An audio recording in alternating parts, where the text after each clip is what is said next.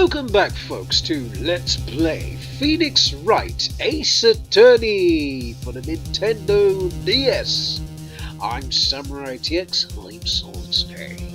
And last time we left off, we were going to continue Lana's cross-examination, but then Damon Gant intervened, and well, he couldn't do a testimony because of, he forfeited his right to give a statement, obviously, by refusing to testify earlier. So now we are in the midst of proving an evidence that contradicts the cloth. So yes, this battle is about to come to an end. Gant's tyrannical reign is about to end. What an evil man! He really is a very evil man. And what contradicts this cloth, you say? Well, look at the shirt. As you can see, there's blood all over it. And why doesn't the cloth have blood, you wonder? I want to know that myself, so let's present. And what exactly is this supposed to be? This is the picture Miss Sky took. Take a good look at it. See where the piece of his vest was cut out? Yes, his shirt is showing underneath. It's hard to make out with all the blood on his vest, though. Exactly my point. His chest is soaked with blood. That's only natural. His lungs were no doubt punctured. Blood poured out of his mouth. Oh, but that piece of cloth. Wait. There's no blood on it. Ah! Since Emma Sky's fingerprints are on this cloth, there's no doubt that she shoved the prosecutor aside. Table smash. However, Mr. Marshall was not impaled on that sword. No! No! This is nonsense! Now then, Chief Gant, let me ask you something. Prosecutor Marshall was not impaled when he was shoved aside. He most likely hit his head on the ground and was knocked out. If so, then tell me, who could it have been? Who could have arrived at the scene before Miss Sky, picked up an unconscious prosecutor, and impaled him on the armor's sword? Then, to make it look like Emma was responsible for the prosecutor's death, said person proceeded to write her name on the jar with the victim's blood. Then he broke the jar on purpose to leave behind a clue. Table smash, and made Lana believe her sister did it. Remember what you admitted only moments ago? That you personally cut out this bloodless piece of their victim's vest? Ironic, isn't it? Though the very act of creating insurance, you proved that you were the actual murderer! No! It's finished. He got electrocuted again. That's not the first time we've seen him be electrocuted. That's the second time in this short segment, but this is the third time I think it's happened.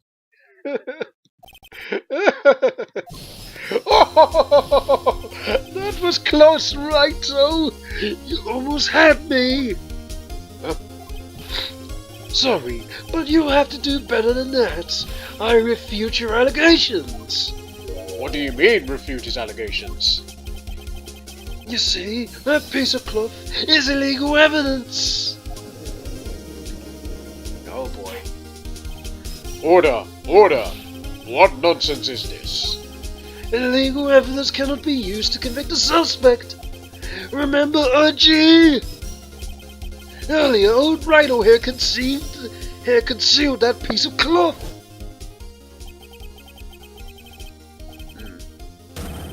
We did, didn't we? Yeah, we did. Alright. Well, that's true. The defense did refuse to present evidence. At that moment, that piece of cloth ceased to be illegal evidence. But that's not fair. Ho ho ho!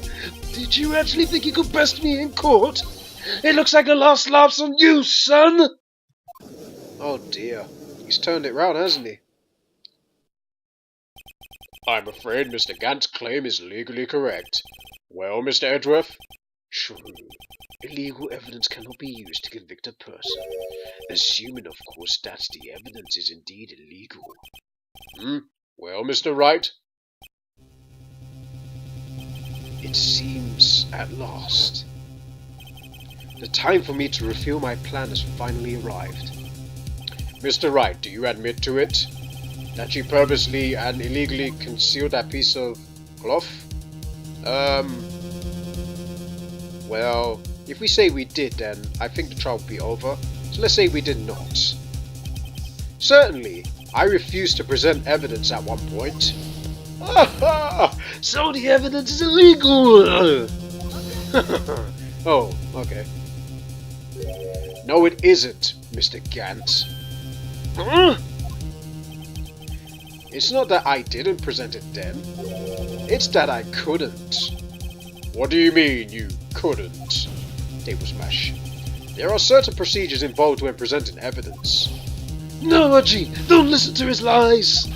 He's nothing but a coward! You can't let him! There is only one issue left to be resolved in this trial. Is this evidence legal or not? Smack. Very well, let us settle this once and for all. Earlier you refused to present evidence. If you can prove your conduct was not in violation of the law, then do so now. And well, good thing Lana gave us this book, because well, this we're going to have to present it because of the fact that our registered evidence presented must be relevant to the case of the trial, and it is now relevant because Gant admitted to it, right? Remember, you said Gant admitted this to create insurance, so he's the one that made this evidence legal. So let's present this book. Table smash. This is my proof, Your Honor. Evidence law. What's this? I've done my homework too, Chief. Indeed, Emma Sky's fingerprints were on this piece of cloth. Table smash. However, at that point in time, this was merely a piece of cloth, nothing more. What? You see, it's written right here in this book. The second rule of evidence law. Yep, I said that, didn't I? Rule 1. No evidence shall be shown without the approval of the police department. I found this piece of evidence myself, inside your safe. It goes without saying, I did not have the approval from the police department. Rule 2. Unregistered evidence presented must be relevant to the case in trial. And here is the crux of the matter.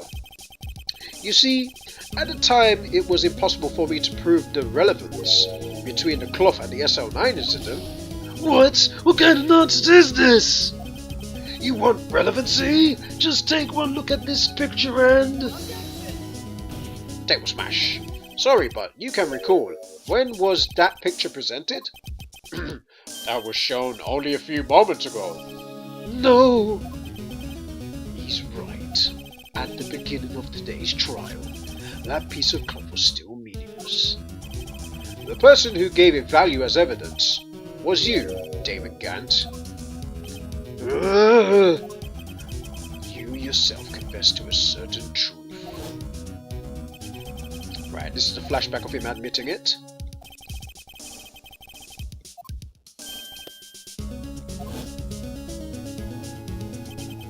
No! It was then that you proved this cloth as conclusive evidence. Yes, you, the Chief of Police, personally approved of this cloth. The only person who could have cut this from the victim's vest is the one who stood before Neil Marshall in his final moments. In other words, the real murderer. That's only one person who could that be. Table smash. Damon Gann! The killer was you!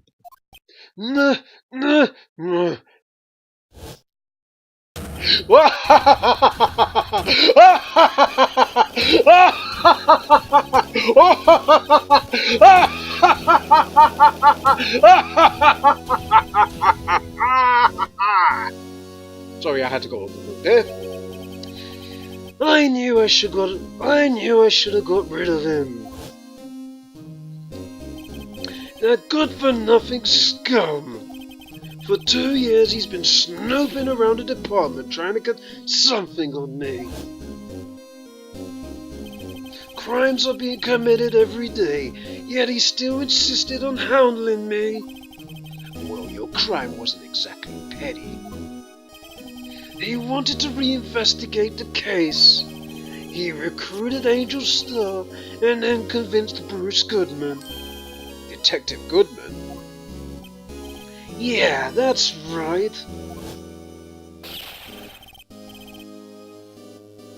If the evidence is transferred, I'll lose my only chance to find the truth. Please, you gotta help me. Goodman turned him down as he ought to. Still, Jake Marshall didn't know when to quit. He stole Goodman's ID card and tried to take the evidence. Goodman came to me that day. He wanted to file a lost item report. I went with him to the evidence room. Then all of a sudden he had to speak out. What are you talking about? Wait, let's say it in his normal voice now. What are you talking about, Goodman? Can you please reopen the investigation, Chief? We can't transfer the evidence out. There are too many questions left unanswered.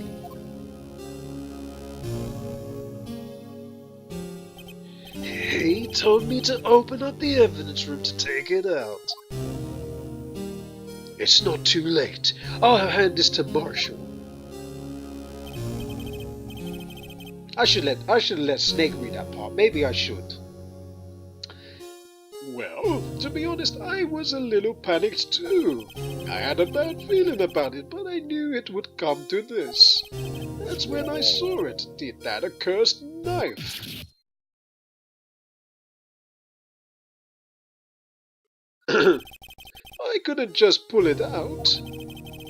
You would only increase the amount of blood that you couldn't finish what you started. Even so, the blood was just pouring out.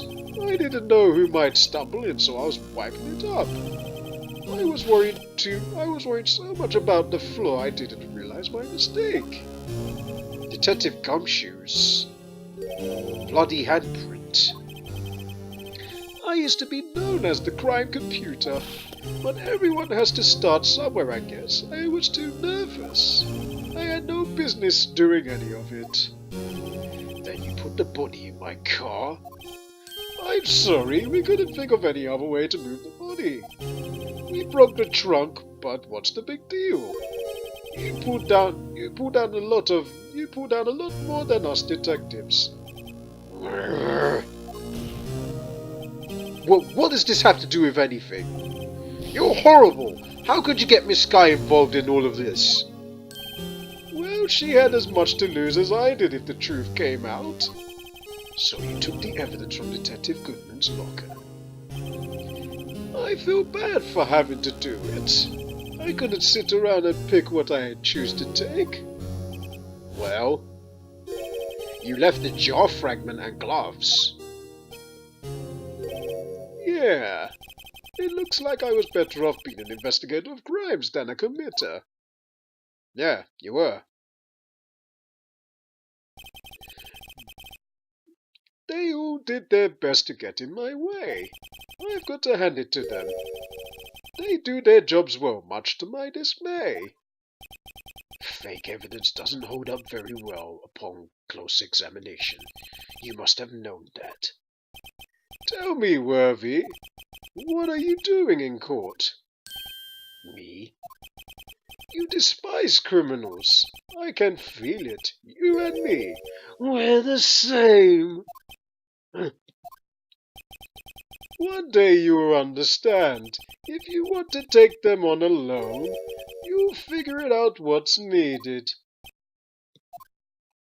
Oh dear. Wow. Seems it's over, folks. We got Gank caught and he's just admitted it. Well, it looks like it's time to say goodbye. Oh, Aji. What? Looks like we'll have to cancel that lunch date. Sorry, old friend. I'm sorry too, David Gant. I knew you as you used to be long ago. You were once a fine investigator and an example to others on the force. I'm sorry to learn that you are no longer that person. Those days are gone now, Archie. Thanks for the memories, though. Don't worry, you'll be fine. Now you have Wright here. And Worthy. With these two around, you can't go wrong. You see, if I listen carefully, I can hear it right now. The sound of a new beginning. Wow.